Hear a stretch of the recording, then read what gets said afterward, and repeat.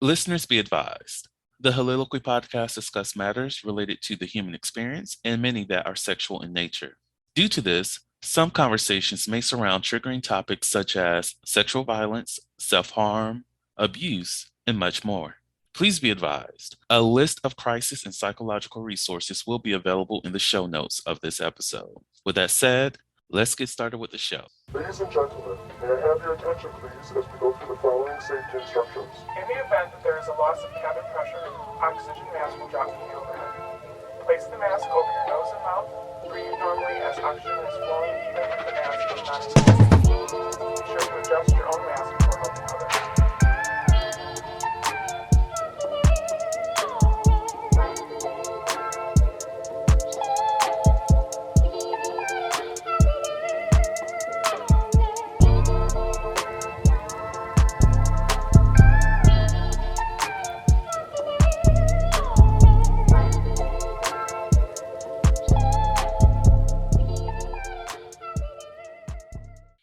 Hello, everyone. Welcome to the Soliloquy podcast, where we step out and speak on sexuality. This is your favorite host, Vernon T. Scott, also known as Slaytor Jackson, and for you freaky motherfuckers out there, Sebastian Adams. On today's episode, I have Edward with me once more, and we're talking about preferences, and I cannot wait to get into this damn conversation because we both are excited about this first topic, honestly. But before we go into that, Edward, how are you doing today? I am doing just fine. It's a rainy little Saturday here in New York City, and I just went on a little walk with my neighbor and her puppy Pickle, and annihilated my whole life at the gym this morning and just kind of chilling with the AC on. It's there's some workers in the apartment across the airway, and And here we are. just low key, and here we are. Just me and the ring light and the microphone. Yes, my running thing when it comes to like working out, I tell people all the time, I love to walk, but I'm allergic to running. And they always ask, like, what does that mean? Like, how can you be allergic to running? And I'm like, well, whenever I engage in running, I get heaviness of breath and I start to sweat. That's an allergic reaction. In any other context, is that not what it is? Oh my God, you just talked me out of working out ever again.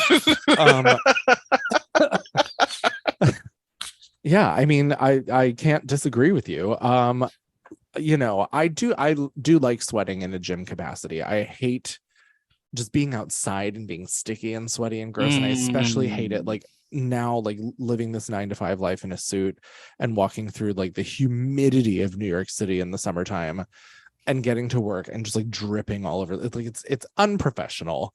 And I wish that my body didn't love to sweat as much as it does. So before we even get into introducing yourself once more, do you have any, like, other than sweating, do you have like certain bodily functions that you're just completely disgusted by, like for yourself to do or others? I don't know if this qualifies, but this happened at work the other day. I'm sitting around these guys who are making well over six figures, and there are two around me that just chew their food with their mouth open, and I fucking hate the sound of it. It drives me nuts. I don't know if that's a bodily function per se. It's not like burping or farting or anything, but like, just the sound of like, close your fucking mouth. Close it. Because if that food falls out while you are chewing it with your mouth open, I'm going to lose it. That's fair. What are you for? Like, get it together. Like, I can see how that can be extremely annoying too, and it's kind of disgusting. But Yes. For me, like, I hate coughing. Like, I don't care if other people do it, but whenever I have to cough, I'm extremely disgusted. Like, I hate getting a cold for that reason. Like, that's literally the only reason I hate getting sick, because I may have to start coughing. And like, I don't mind like having the sniffles, I don't mind sneezing, all that stuff. That's a part of life. But for some reason, throughout my life, coughing was just abnormal. It's just unhuman. I don't like it for myself to do it. Well, if we're going to go down that road, then like throwing up. Really? I hate it. Oh, that's fair. It's It's uncomfortable, but I'm terrible. I I'm mean, not like, against it. I'm so again, like, okay, so I used to be like a full-blown alcoholic, like functioning alcoholic, because everyone in New York City is basically a functioning alcoholic. Our entire lives, social and otherwise, revolve around the bars and going for drinks and meeting for drinks and having drinks and happy hours and everything else. And I was likely an undiagnosed functioning alcoholic for the better part of like 5 or 6 years, but like it got real bad during the pandemic because shut down. I was like, the liquor store down the street has an app that I can order from and they'll deliver it. Mm. Okay, here's my unemployment check. And so during that period of time, I ended up stopping drinking, and I would do like 100 days here, 200 days there, and I would just break my sobriety and I'd go back into drinking and then I'd come back to it again. I'm now in a place of not drinking again. But when I first broke it the first time, I went for gin gimlets with my friend Catherine at this social club I used to belong to. And I only had two or three. And like for me, I'm again 6'4". I'm a big dude. I'm built like a shed and I can carry my alcohol. But those three gimlets, even with food, I was puking the next morning for hours. And what I hate about it is that it's coming. Your Mm. mouth starts watering, you get hot and uncomfortable and like meh. And then it's like seconds until you can know and have the wherewithal to put your face in a toilet before everything you've ever eaten comes up. And then it's just the convulsing and the whatever and the things coming out and watching it, and it's so close to your face, and like I hate I it. get that. Like for me, if anything revolving around puking, the action itself I'm fine with, but it's the aftertaste, disgusting. The dry heaving, why, body? Why are you doing this to me? It's Because you've gone. poisoned it. You've poisoned it and your body's like, get it out. I don't care what you say, It's like, get it out. stop torturing me. There's nothing else that's in there. Okay. You know there's nothing else in there. Listen to yourself. Stop this. I know. I think it's your body just trying to teach you a lesson. It's like, if you do this to me again, Just no. I will make this worse for you. It's just, oh God. But now that we talked about coughing, puking, sweating, as well as chewing, What is even Edward, today? right? Edward, do you mind letting everybody know who you are? I am a writer, I'm an author, I'm a producer, I'm a theater person, I am overall creative, I'm a singer, I'm a songwriter, I do all the things. I have music on Spotify that I've written under the name Edward the First. It's very regal, go for it. And I also am the author of Cancer Musical Theater and Other Chronic Illnesses, which is being adapted into a TV show, which I'm very excited about. So overall, I'm just a creator and a creative person. But I do have that business brain that just like I have to scratch that itch. It's really fun for me. We love it. We love. So, we're talking about preferences today. And I remember we were going in heavy on this topic of the differences between, well, preferences versus values versus fetishes or kinks. Go off. Okay, well, I think that this needs to be an eased into conversation because it's a lot to cover, right? It So is. when I hear people that are like, you know, it's just a preference that I have someone who is tall. To me, that's not a preference. That's a fetish. You're fetishizing someone who's tall for whatever reason. You want to feel safe next to them. You have some daddy issues, which I welcome freely and clearly. That to me is a fetish. It's the same with like people who are like chubby chasers or who have foot situations, like they can't be with someone who doesn't have nice feet. Like to me, that's more of like fetishizing a thing about a person's body. Mm. Preferences to me is something that you can do without, because like that's what a preference is. Like I would prefer to be on an aisle seat in an airplane. But if I'm not on an aisle seat, I'm not going to lose my mind. It's fine. It's cool. So preferences are like, I prefer blondes. I prefer someone who can make me laugh. I prefer, well, for me, that's a non-negotiable. If you're not funny, like get the fuck out. Um, I wish we had a little bit more time to brush up on this, because I remember the last time we talked about this, it was such a good conversation, and I feel like I'm not doing it justice right now. Oh, you are doing a great job.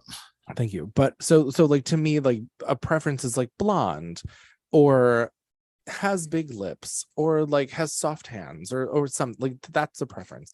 But then I think where we get kind of in the weeds is when we get to the values, where again it's like someone who makes me laugh. Well, that's someone who has a value. That's a value. If you're funny, that's a value. If or like, I need to be with someone who is ambitious in their career, also a value.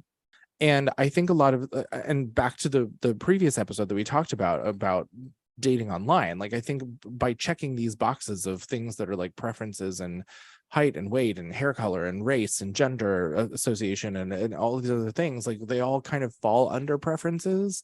But I think a lot of the answers are actually more definitively kinks, or are more definitively like values. Mm-hmm. Yeah, I get that. Like, I know, I agree. Most definitely, when it comes to preferences, those are things that you can do without. Like, I oftentimes, when I describe what preferences mean to me, I always use the choices of ice cream. I can prefer vanilla because I enjoy that flavor. But if you tell me you ran out of vanilla and I want ice cream, I'm going to go to a different ice cream flavor. That it might be something that I like a little bit less. It might be something that I'm like, I haven't had this before. Let's see what happens. And I'm exploring some new kind of option. It's something that I'm not going to just make into a deal breaker, because that's not a preference. That's just having well, I already use deal breaker, but it's just your own personal prejudices, which is perfectly fine for people to have. It can just be just clear discrimination, and not mean like race discrimination, things like that. It's just like, I don't want that. That's a discriminating factor that I don't want in my life, and that's fine. That's cool. That's great. Love that for you.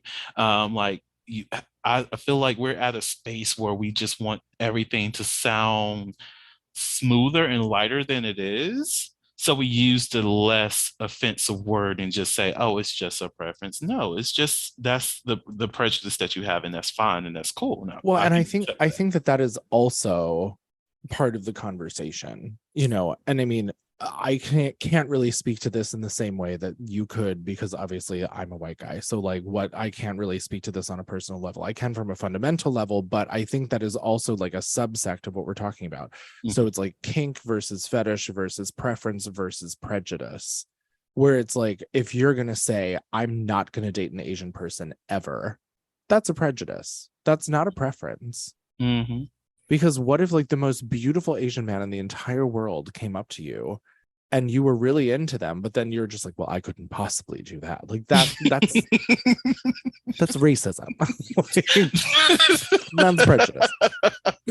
Now I could understand on a similar ilk of this, if you're saying like in the ice cream conversation, like, today I am really in the mood for chocolate ice cream. And I'm going to fucking get chocolate ice cream, and I'm not going to compromise on getting chocolate ice cream. And to me, that is saying like, I'm really in the mood to like hook up with a ginger today. I'm feeling ginger butt. It's what I want. And so anyone else who is not that, who comes to you and says, hey, I'm available, would you like to like get together and play a little bit? If they're not ginger, then that's just not what you're into right now. But that's not to say if that person, like, there's so much nuance here. I'm not doing this justice, but you know what I mean. You're fine. You're fine. You know what I mean? Like, if someone who was like dark haired came up to me on the day that I wanted ginger, it would be like, no. And I get that. That's completely fair. That is just saying, this is what I'm in the mood for, and I'm going to go after that, and I'm going to pursue that. And any other day, you have the option. So I truly get that. That in a sense, that is definitely playing within the realm of preferences. The Holiloquy podcast focuses on the variability of sexual expression. When it comes to sexual expression, we often depend on pornography to illustrate how one must perform sexually. For those who have not learned this by now, the stuff you see in porn is not real. Pornography provides a singular perspective of sexual expression that is not often the reality we see during our own sexual encounters.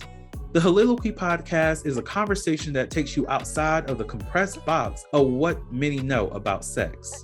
Some of the topics we discuss includes kinks, condom usage, status disclosure, and past sexual experiences.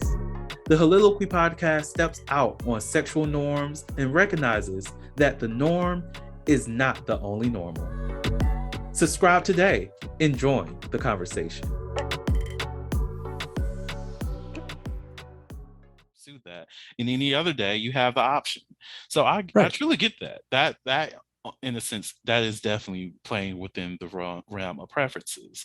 And I agree with you. Like, there's some days when I'm just like, you know what? Like, I've been hit on by other plus size men too, and I'm just like, you know, that's not what I'm looking for today. Yeah, like, that's not my journey. That's not my journey. Today. That doesn't mean tomorrow we can't hook up. It doesn't mean next weekend we can't hook up. It's just today. That's not what I'm looking for, because look, I'm commonly in those spaces with like having like other plus size men, and I just need a little bit of variety today, and that's what I'm looking for today, and that's okay. And I also think that the conversation of hooking up with versus dating versus being in a relationship with someone long term, I think that also then changes this conversation. I agree. You know, like if you were like, I will hook up with someone who is plus size, but I will absolutely not date them, then that's a form of discrimination, because that's like you get to get your jollies, but you don't need to be seen with them in public. We see this a lot with, I know there's a big conversation about this with plus size women online, where they're talking about like these fucking hot like muscle dudes who want to come over and fuck them, but then they won't date them, or they won't be seen in public with them. And if they do, they pretend that they don't know them, or like they know them in a different way than they say that they do. And you know, that is preference and prejudice. You know, like you would prefer to hook up with someone who looks a particular way or is a particular thing, but then you're also then not willing to be cool about it in a public sphere. Like that's again so much nuance here. No, I agree. Oh, by the way, just let you know, the name of this episode is going to be titled "I'm Feeling Ginger Butt." Just so you know that. I'm feeling ginger butt. I mean, to be honest, who like there's ginger butt, there's dancer butt. Dancer ginger butt is really kind of like on the Venn diagram of dreams. Like it's bullseye right in the middle. But yeah, I totally agree with you there. Like for myself, I've experienced some people who will rather be with me on the down low or whatever, but not want to, you know, accept or recognize the spectrum of what our relationship is in public. Like, that's why if I'm choosing to date somebody, and I want to have a long-term relationship with them, I do not date anyone that is on the down low, because I want someone who can love me out in the open and appreciate me. Because first and foremost, I get that you love my body. I get that you enjoy having sex with me. But at the end of the day, if you cannot accept me in public, then this is not going to go far for you. And you're going to hate losing that access to me. And I'm going to make sure you know that you lost that access. Yeah. Block. Well, and I think also, now that you're saying all of this kind of is like a bingo card, right? Like it's in this particular situation where you're talking about a plus size person that you're willing to be with behind closed doors, but not in public. I think that's kind of all four things. That's a kink. That's you're fetishizing them. It's a preference that you have that you're not cool with letting other people know that you have that preference. And then it's also prejudice because you won't be seen with them in public. So in that kind of scenario, like imagine if that was like, oh, I'm not going to be seen in public with you because you're black. Like that is so much worse, but it's in the same column of like, I'm into you, I'm interested in you, it turns me on, I secretly really, really love this particular thing. But when it comes to opening the door and being out in public in the open around other people, like I can't be seen with you. Like that to me is all four things. I agree.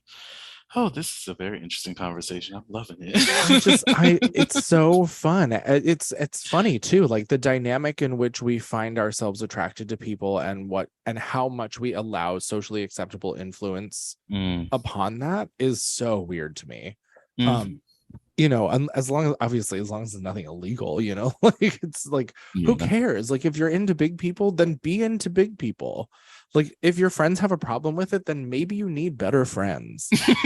That that part right there, like that's the thing that really confuses me when being in my adult, like when I was younger. Yes, I can understand the mindset of wanting other people's acceptance because I'm young. I'm like 18, 19, 20. I The opinions of other people actually has value. But as you get older and you're paying your own bills, you're making sure that you're working, you're doing all these things, you've experienced life outside of being somebody's child for the most part. Now I'm at a point where why does any other person's opinion care? And with other adults I engage with who are about my age, 30 or older than 30, some younger than 30, like 25, 26, people within these age ranges. And I'm like, why particularly do you care what other people say about who and how you choose to live your life? What value does their opinions add to your lived experience? If they don't like you, does it take away safety from you? Does it take away your living arrangement? Does it take away somebody paying your bills? What value does these their opinions truly have in terms of who you're dating? I mean, I have a very unique perspective on this only because I have lived an experience where I nearly died, right? Like the whole Mhm. cancer thing was for real. It was very rare. I planned a funeral. It was a whole thing. And so coming out, I already didn't give a shit when I went into that situation, but then having experienced that and coming out on the other side of it, I really don't give a fucking shit. And it's because you get to see when you face your mortality like that what really matters and how much bullshit you allow in your life. Again, even going into that situation being very low tolerance for bullshit anyway, then having that happen and coming out on the other side where I barely skated by living it just becomes like I just don't have the tolerance. I just don't. And so if someone is going to be like, I can't believe that you're dating a plus size person, I'd be like, I can't believe that you're my friend, get out. Don't talk to me ever again. Like, why are you upset? Right. And even if that relationship doesn't work out, like it doesn't matter. Like if someone is going to be that judgmental of what you're doing and who you're dating and who you are sexual with, you don't need them. That It doesn't make sense. Like you get to live one life. Why would you not do absolutely everything possible to make yourself happy in every way that you can? mm, And if that means hooking up with plus size people or underfed people, live your dreams. mm. Live that twink life. No one cares in the end. And if you are within a circle where people care, I'm thinking of like the hot insta gays, get out. I'm screaming because you literally just equated twink to underfed. I can't. Well, I mean, listen, I was a twink once upon a time, and that is because I was 18. I had no money, I had a fire metabolism, and I was not eating. So, like, that's where that comes from. I'm screaming. Maybe that's the episode title, Underfed. Underfed but bred. Oh, Underfed and bred. There we see, go. I'm sorry, y'all. I am so sorry. Usually, whenever we get to these episode titles, I'm like, that's going to be it. Like, I did not expect this to It keeps happen. listen, it's allowed to keep changing. It's It fine. is. Look, y'all gonna hear that like what? But why is the episode titled this now? Right. Here Like you go. we'll have 3 more by the end of this. It's fine. Right, right. Here we are. Here we are. Yeah, I mean, it's just like it baffles me. Like, why are you in a social construct that people care what you do? Mm, Like, if I decided to date like my 600-pound life, like whatever, if I made that decision, not a single one of my friends would be like, what are you doing? They'd be like, cool, we really like them. Or if they didn't really like them, I think that's a different conversation too. I trust my friends. Most of them I have been friends with for well over a decade. And if I was dating someone and my friends were like, they're an asshole, I'd be like, shit. Right. I gotta break up with this person now. I understand that personally. Yes. Ooh. Gotta have good friends. Gotta have good friends. They'll tell you things that you really need to hear. So Yeah. I know how that can be. Another thing that we discussed was race play, and if I remember correctly, you were just like, no. It's a hard stop. It makes me I think it's one of the things that makes me the most uncomfortable, aside of like scat, blood, and drugs. Mm. I just can't. And what's really funny, and I keep seeing this, there's an ad for something around the city. I don't remember what it is, but it's supposed to be, I think, for a game or like an arcade company or something. And the ad is race play more. And I'm like, race play more? Mm. Race play more. You don't have a gay person on your team.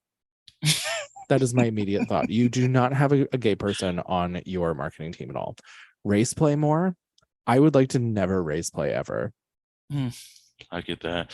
Like for me, whenever I think of those people who engage in that, of course, I'm like, if that's your thing, I love that for you. But when it comes to me, I'm just, it's very uncomfortable for me. I It's so cannot. uncomfortable for me. I don't like it on any level. I don't like the suggestion of it. I don't like being asked to do it because again, I'm a giant white guy. Like there's a feeling I'm sure that comes along with that under the scope of race play, and I just am not willing to fulfill that situation for anyone. And I Mm. get asked more frequently than I would care to admit. Oh, wow. And that's shocking. Like I've like personally, when it comes to dating any individual that's not non-black, that's one of the thoughts that I think about is, okay, are you engaging with me in terms of wanting to, live through a fetish, a kink, and is race play something that you're into? Because if not, we can just go ahead and just stop this where we are. And could you imagine if you were dating someone who did not disclose that, and then all of a sudden one day they just decided to whip it out while you were hooking up? Like, could you imagine? Like, that gives me so much anxiety. And I think like if I were to be in that situation, most definitely it depends on how deep we are in our relationship at this point. First off, I know we're going to have a conversation. Right. We're going to The talk. brakes have been slammed, and it's like, okay, please exit and let us discuss, because that's just not, I just don't think that's something you spring on someone. And not that this example is like the same thing, but once upon a time, way back in the day when I was probably like 20 years old, I hooked up with this guy who, out of literally fucking nowhere, didn't ask, didn't mention it before, out of nowhere, we're doing the thing, and he just winds up and cracks me across the face, Oh my. like as literally hard as he can. And I just froze, and I looked at him and I was like, don't ever do that again. Mm. And that was kind of the end of that. Like, he didn't finish, I didn't finish, and I was like, you can go. Yeah, like no, That's not something you just do. it's That's a not. discussion. And so for me, if there is any kind of even reference or inference or suggestion of violence inside of like your kink and fetish, I want nothing to do with it. Mm. And for me, race play falls under that. I like that's to me, that's violence, and I don't want anything to do with it. Mm-hmm. I get that. Like I know, like I'll have to admit on my end that I've engaged in sex with some. I haven't hit anybody, like slapped them as hard, but I have participated in some light, like choking, but nothing like. I would say not like strangulation, but a little bit of pressure around the throat or Yeah. Well, and whatnot. And that's also a discussion. yeah, it's definitely That discussion. isn't just something that you like pull out and Mhm. you're like, I'm just going to start strangling you. Like there was, it would only happen once where I was like just in the moment, and this was a lot when I was a lot younger and not really thinking things through. When I like did a light strangulation, a little bit of pressure around the throat area, but afterwards I was like, hmm, we didn't talk about that. Like that to me, that was not okay. That's a And no.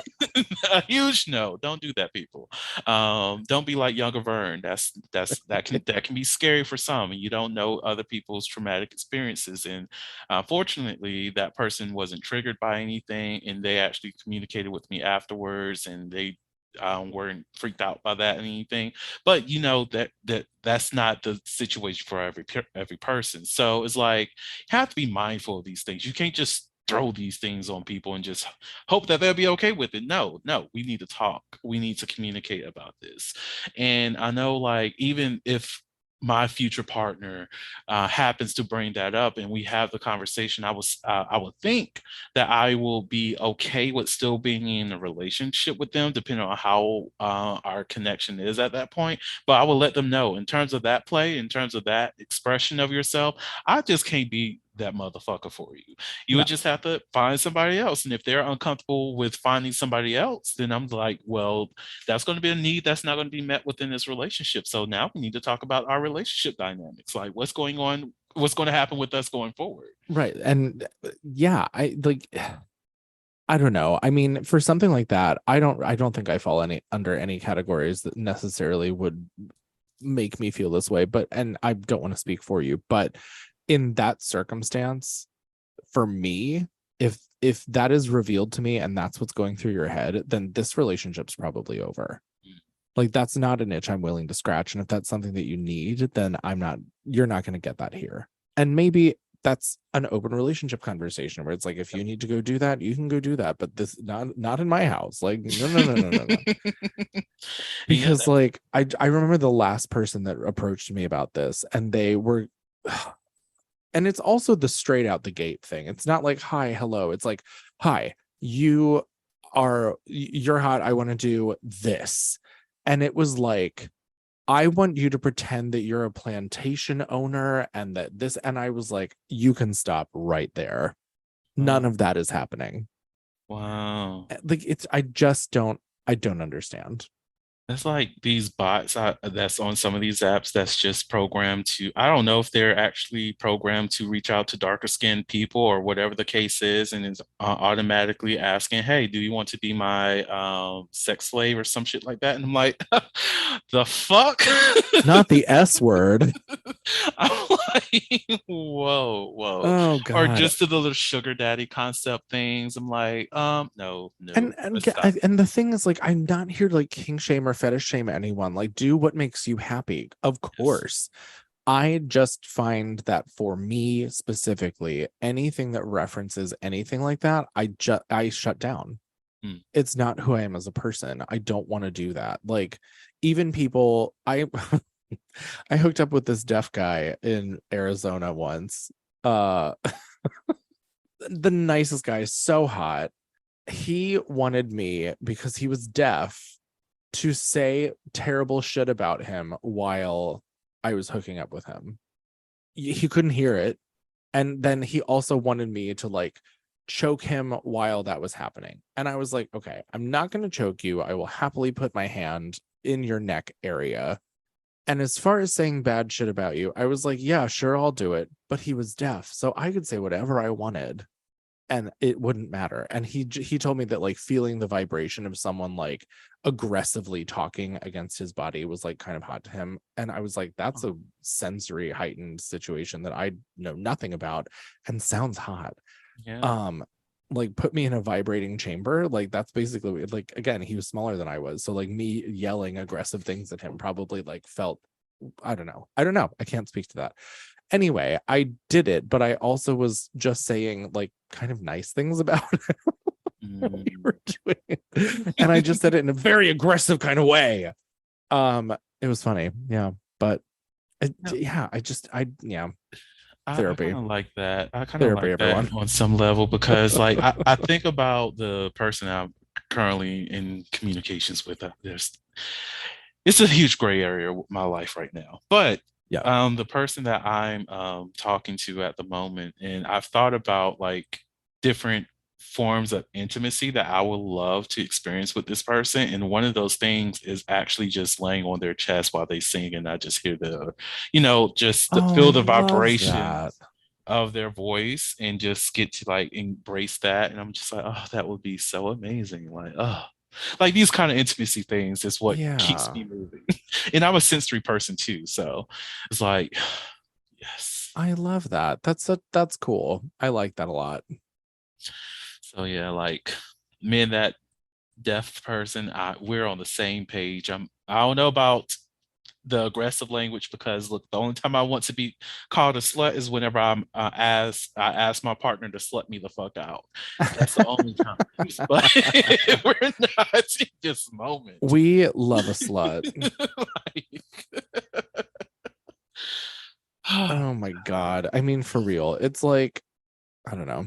I think we should talk about sluts. Let's talk about sluts. what about Um, I think that they are doing God's work. him? You know, I think it has something to do with the honesty and transparency of it all. Mm-hmm. Having been in relationships that 100% of the time ended because the other person was like cheating, and those were not the parameters that we had set. Like outside of like the 2 open relationships I've been in, the parameters were broken and lied about. And so I think I appreciate transparency with someone's sexuality because it's like, yeah, I know you're out there getting plowed by the neighborhood, and that's fucking great. Mm-hmm. I love that because I know what you're doing. And I feel safe with that person because it's like, it is what it is. And I'm here for it. Like, I love that. It's this freedom of expressing your sexuality and your desires and your needs and your wants and owning it. And like, again, that authenticness of being who you are and what you want. And if that is like, you know, having the zip code run a train on you, then here we are, you know. That's fine with me. And I for me, I think I really do think that it has to do with like honesty and transparency. Yes. Do I fetishize honesty and transparency? Hey, you might. It may be a value. I might. It might. Is it a value? Is it a fetish? Is it a cake? Like this is. I'm so interested to kind of like create a quadrant Venn diagram of all of this, Yeah. and like really separate and break down things that are kinks versus values versus prejudices versus preferences. Because I think it is such an interesting conversation that maybe isn't had as often because of maybe like the taboo of it all. Like people don't want to admit that they have a prejudice because we've seen that before where people are like, well, I'm just not into Latino people. I'm like, that is a prejudice, sir. Right. But like thinking about the slutty thing, because I do identify as a whore, a hoe, and slut is very welcoming. My pronouns are slut, whore, and Trump. Okay. Like I'm all here for it. And like, oh, it's funny because when you were talking, I was like, I kind of want to mix Woman Like Me by Adele and change that to Slut Like Me because Do it. might as well. Do But it. like, there's something, like you said, having those honest conversations with people, and even with the person that I've referenced earlier, I enjoy the fact that I can have a conversation about how I just had a threesome with 2 people, and there's no like issue there, and that's fun to me. And that means like they're enjoying my slutty interactions, me living my whole life and everything like that, Your and they're. whole life. I said ho. You know what I said. Oh, I thought you said your whole Oh, life, and I oh was like, no, your ho, whole ho, life. ho. Both. Why not both? Both works. But yeah, like it's great because we get to engage in those conversations, and I guess they get to live vicariously through my wholeness, and I get to share that with somebody who sees it in a respectful way because it's all about the communication. It's not about me going out here doing things to hurt this person or not communicating and things of that nature. It's just they know what they got when they found me or when I found them. And we've Yeah. had these conversations, and it's a great thing. And I love that more people are more open to having the honest conversations with their partner these days. But at the same time, there's those who still continue to lie as though, oh, I have to go behind their backs. Yeah, and is that a fetish? Do you like, I know that there's a whole fetish of people who cheat. Like that's, Mhm. I kind of like, not gonna lie, I think it's kind of hot. Um when it's not me. Right. But I think there's a space for it because to even go into There's the absolutely a next, space for it. like the next topic is consensual non-consent in kink play. And I think there's a space for consensually cheating on your partner that you can that is approved. Right, but Like, that's just being open. That's just an open relationship. That's ew, that's polyamory to a it degree. is to a That's, degree, yes. like for me, the parameters within a relationship are always like, you can hook up with whoever you want, but until like, but if you're then also gonna like go to dinner with them and socialize with them, then like for me, that's a no, Mm, unless we're both in on it. I get that. Like, I know, like, for myself in the dynamics of a relationship that I will love is that I can communicate with my partner to let them know, hey, this is who I will be hooking up with. How do you feel about that? Does that make you uncomfortable? And, just to have the honest conversations and respecting their boundaries and their sense of self. Now, also understand when certain things are coming from insecurity. So we can talk about that too. It's like, okay, are you feeling some type of way because you feel jealous because I'm hooking up with this person? Do you feel like they're going to steal me away? Let's talk about it so that we can have a full understanding. And if that ends up being a threat to my relationship, then that is when we're just at that point of, okay, I get it. I don't want to engage into that and ruin anything that we have together. So I don't have to engage. There's other people out here. There's a billion motherfuckers on this damn planet. So I could find one of those other billion people and engage with them. Well, 11 billion, but I could find one of those people and engage with them. That way you're not feeling threatened about our relationship. And I'm still, engaging in these things. Mhm. Well, and before we get into the consensual non-consent part of this, this brings up a question. Um, the period of time in which you're in a relationship where you're not open versus when you start being open is, do you enter the relationship being open? Do you have a period of monogamy before you get to that point? Obviously this is preference, of course, like anyone can do whatever they want as long as there's communication and transparency and everyone abides by the rules and everyone's safe and happy and cool. But for you, like, do you feel like there should be or is or the relationship might do better when there's like a couple month period of time where there is this monogamy piece, so that you can get to know each other's bodies and rhythms and brains and like heart and figure out what's going to work for you in the long run? So for me, most definitely, if I'm like serious about dating a person, I already let them know I'm on the poly spectrum, and let them know I'm very open to open relationships. But when it comes to like, I guess, the hierarchical poly side where I have my primary relationship, and in terms of building that relationship with that partner, that's where I want to maintain a sense of monogamy where I'm focusing on them, getting to know them, building that foundation amongst each other, and building our intimacy, getting to know them, getting to know their bodies, and experiencing them for them, and learning in depth about who they are, versus sharing my attention with these other people. And I will even notify those individuals that I were intimate with, those who may be friends with benefits and all that, and just let them know, hey, we can still be friends, but you already know the sex is not going to happen. Because even right now, with the person that I'm getting to know, everybody that I consider friends with benefits, someone that I'm hooking up with and knowing that it's not going to be anything romantic, they know about him. And they're all willing to respect the boundaries of whatever forms within the relationship. Literally, one of my friends told me, like, oh, you're literally my favorite side piece. I was like, bitch, how the fuck are you going to say that? But at the same time, I was like, I respect that. At least I'm a favorite, I guess.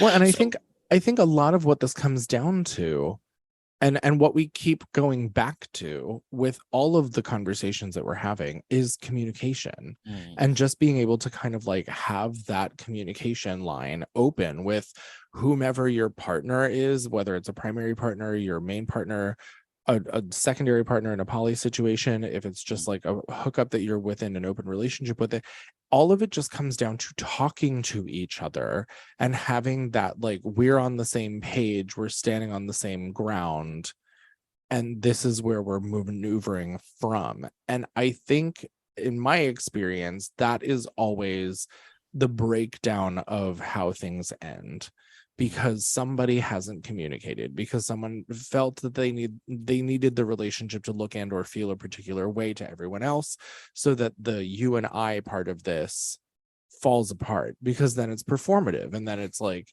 you have your Instagram couples, and like, it's just, like, fuck my life with that. But it's, I've been in dating situations where, like, let's take a picture together. I'm like, no, I don't want to do that. Like, this is like, I'm happy to do it later after we've been together for a little bit longer, but like, this is like date 4. I don't need to be on your Instagram feed. Like, Yes. but again, it just comes down to being able to convey and communicate what you want. And to tie that into like the fetish thing, the consensual non-consent, I'm not consenting to any of that. But if the two parties are involved, adult humans who are involved, have the conversation, establish parameters, decide what's okay, what's not okay, what we do like, what we don't like, then like, sure, that can be a thing that you do. For me, again, anything that falls on the spectrum of violence, I'm so uncomfortable with. Maybe part of that has to do with the fact that I'm a gigantic white man, and like, things are going to fall on me one way or another, because that's just who I am. So it just makes me so uncomfortable thinking about doing that. I get that. Like, when it comes to like consensual non-consent play, for me, there's some scenarios that I'm open to experimenting with. Some that may be somewhat physical, but not too, like, I don't want there to be anything that's left with bruises. I don't want anything to like make me actually feel like I'm in danger. I want there to be like, I'm a huge fan of role play already. Like, am I okay with being slapped? Sometimes, yes. Am I okay with my boundaries being pushed, which is often the times what happens within consensual non-consent? Yes, I'm okay with that. I'm comfortable with that. But if it's something where I feel as though I may end up being triggered by it, I don't want anything to do with it.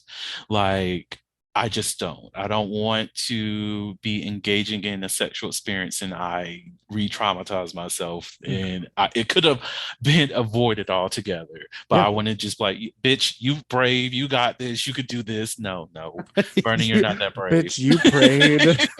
Like, it's not for you. Don't. I love the idea of like praying before doing like a rape role play. Wow. The dichotomy of that is hysterical. Like, dear Jesus, get me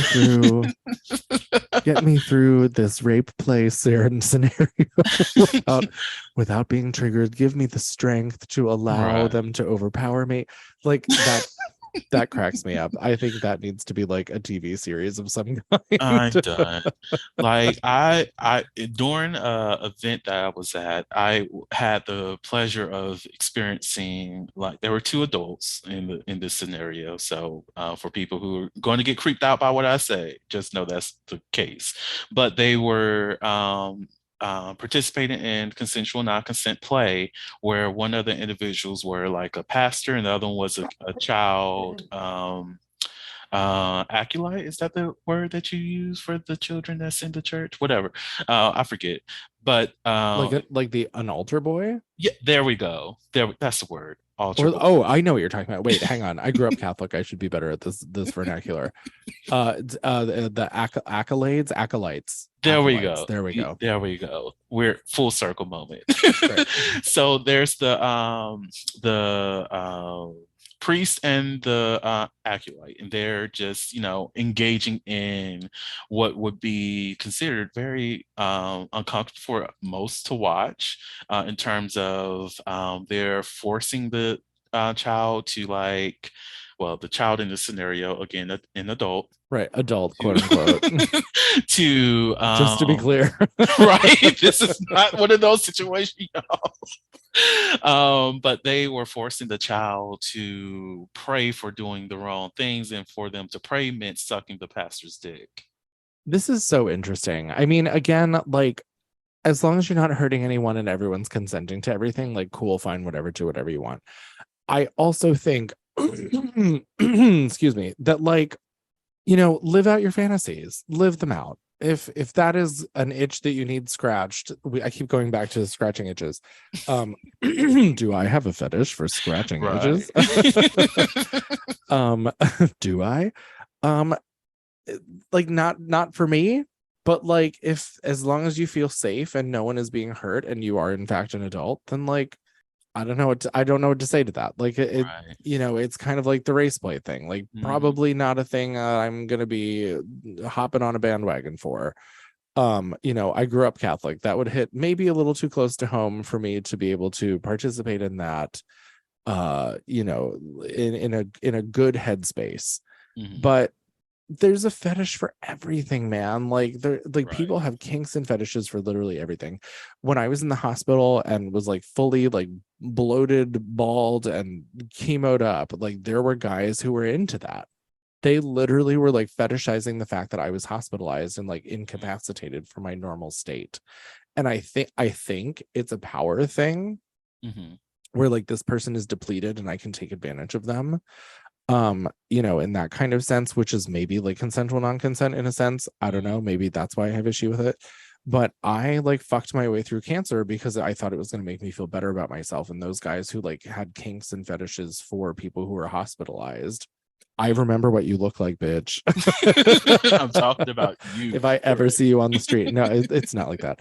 But I mean, they're like, that kind of was a really eye-opening experience for me, where it was like you hear that like with the internet, like, oh, there's something for everybody, and you're like, no, okay, maybe not. But that whole experience was like, oh, There definitely is. And it would worry me, and I'm sure that there are people that can, I mean, obviously there are people that can speak to this better than I can, but like, I think of people who are like handicapped, who are like in wheelchairs, or like, have the need for the walking stick things, or someone who's chronically ill, who's maybe hooked up to an oxygen machine. Like, I would be so scared as a person who has had that life experience to be dating someone, because I would be terrified that they would have a kink or a fetish for my situation. And that doesn't make me feel good. Now, I certainly know queer people who are living that life experience, whether it be like cerebral palsy or they're partially paralyzed or whatever the case may be. I actually went on a date with a guy a really long time ago who was in a wheelchair. He drove a Mercedes, loved him. I was in Colorado, and I went on a lunch date with him.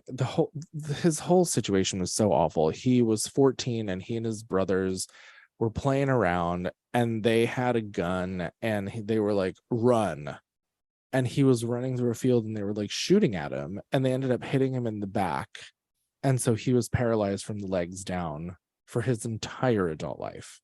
Oh. And obviously he sued them, and he won and got money, and he owned a bunch of properties, and he basically just sat around collecting rent from people to like get by, and he lived a very comfortable life.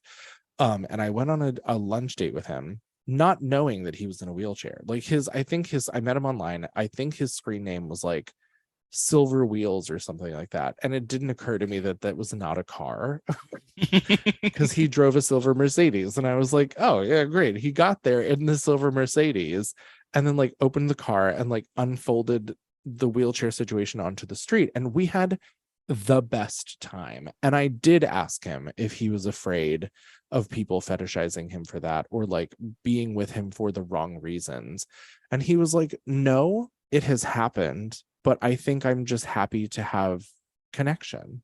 Oh. And part of me doesn't like that, because it's like, well, you shouldn't settle for less than you deserve. And I'm saying this from a point of like, when I was in the hospital, I was settling for the lowest common denominator because of how I felt about myself. And it was very much like, you look disgusting, you're dying, go fuck whoever will put their hands on you, because like that's the only way that you're going to ever get laid ever again. That's just like where my head went. But I think there's a very interesting line between being with someone because you want to be with them and being with someone because they have a thing that you fetishize and have a kink for. And again, communication, as long as we're all okay with that, then cool, cards are on the table facing up and we know what the deal is. But you know, the consensual non-consent thing, any kind of violence, the race play thing, like if that's just something that's going to pop out later, that was like a little card that you had up your sleeve that all of a sudden you're slapping down on the table now. Oh, I don't know how I would even react to that. Yeah, I get it. The craziness of our no, I can't even say society, just sex in general and getting to know other people is wild. Love it though. Love the experiences. So before we close out everything, are you ready for a would you rather? I love a would you rather. So I don't know how I'm still processing this one because I did read it a little bit. So it's, would you rather watch your significant other have sex with their best friend or watch them have sex with your best friend? Oh, Right. I think for me, I'm probably not gonna like either of those scenarios, but I think for me, I would prefer to watch them have sex with my best friend. Because then I at least have a sidebar to have a conversation with that person in a different way that I'm more comfortable with, to be like, hey, like this is just what this is. Like it's not gonna be on that. Like blah, blah, blah, blah.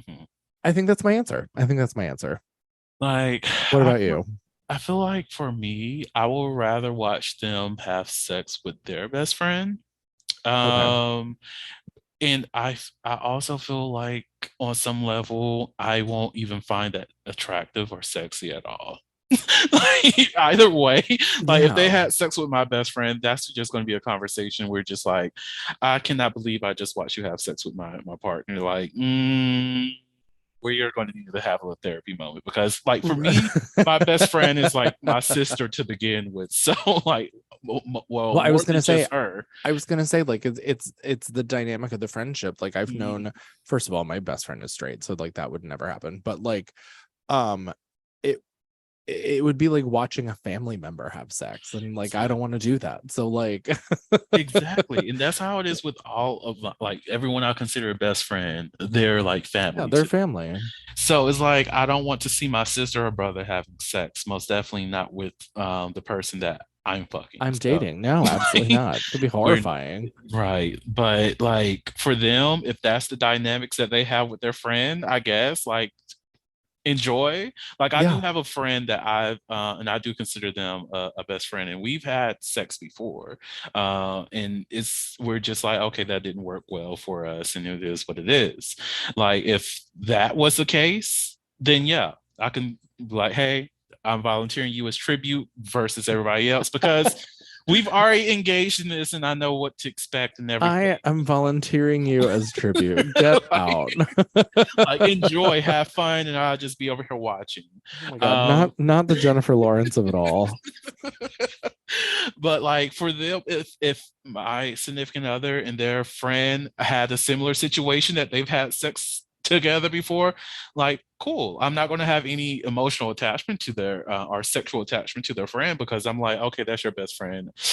To me, those relationships are important, so I don't see Same. myself ever like violating that, like going after their best friend because I'm sorry, I found you first and I was attracted to you and Yeah. I built that bond with you. Now, if it's like within the first 2 weeks of us knowing each other and I just see we have no loyalties here.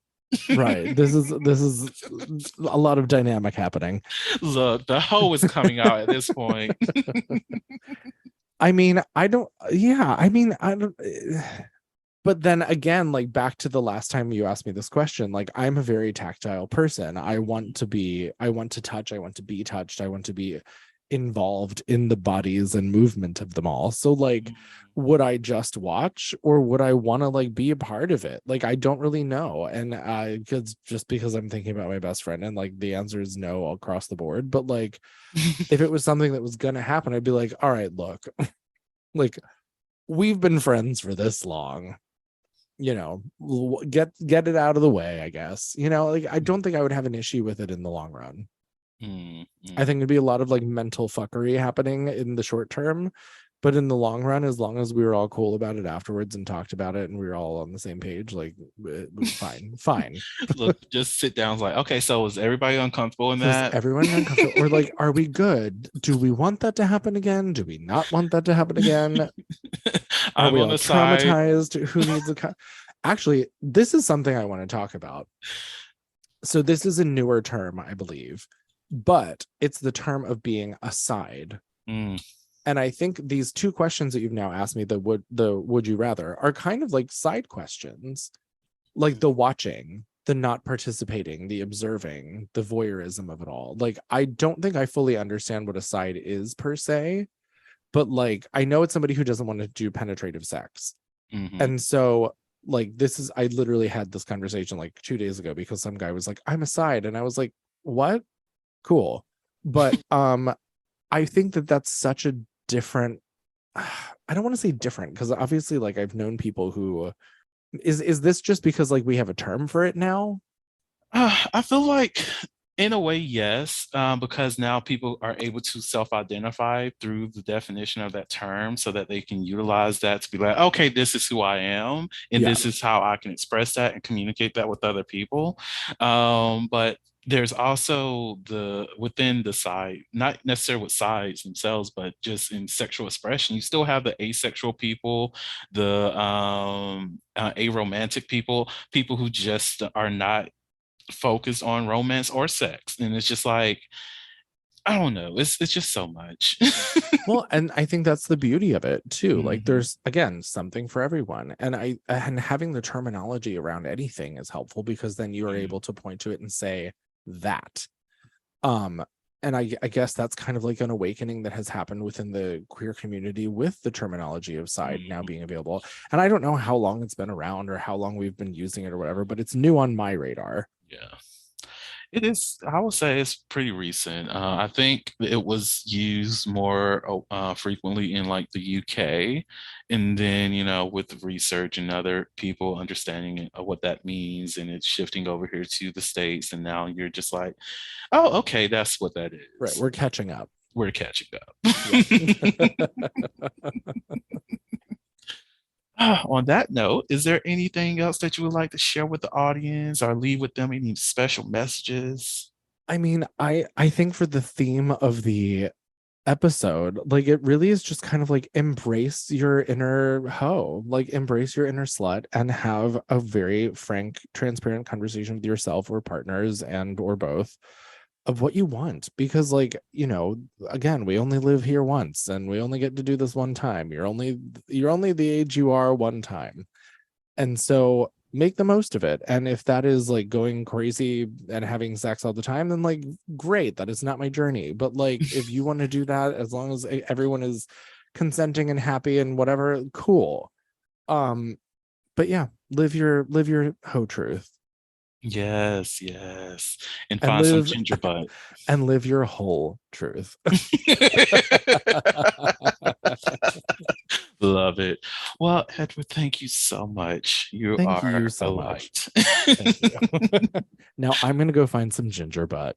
Yes, as you should. And to the audience out there, thank you all so much for listening to the Holiloquy podcast, where we step out and speak on sexuality. And just in case no one else told you this today, you are beautiful. You are worthy of happiness and joy. You are enough and then some. You may not live up to the expectations of others, but that is okay. You are only required to walk in your own shoes. May each day you live lead you towards abundance. With that said, love you all and see you next episode. Bye. Thank you for listening to the Holiloquy Podcast, where we step out and speak on sexuality. You can subscribe to the podcast through your favorite podcasting app and find us on the web at www.holiloquy.com. That's www.heauxliloquy.com. Share the podcast with your friends and join the conversation.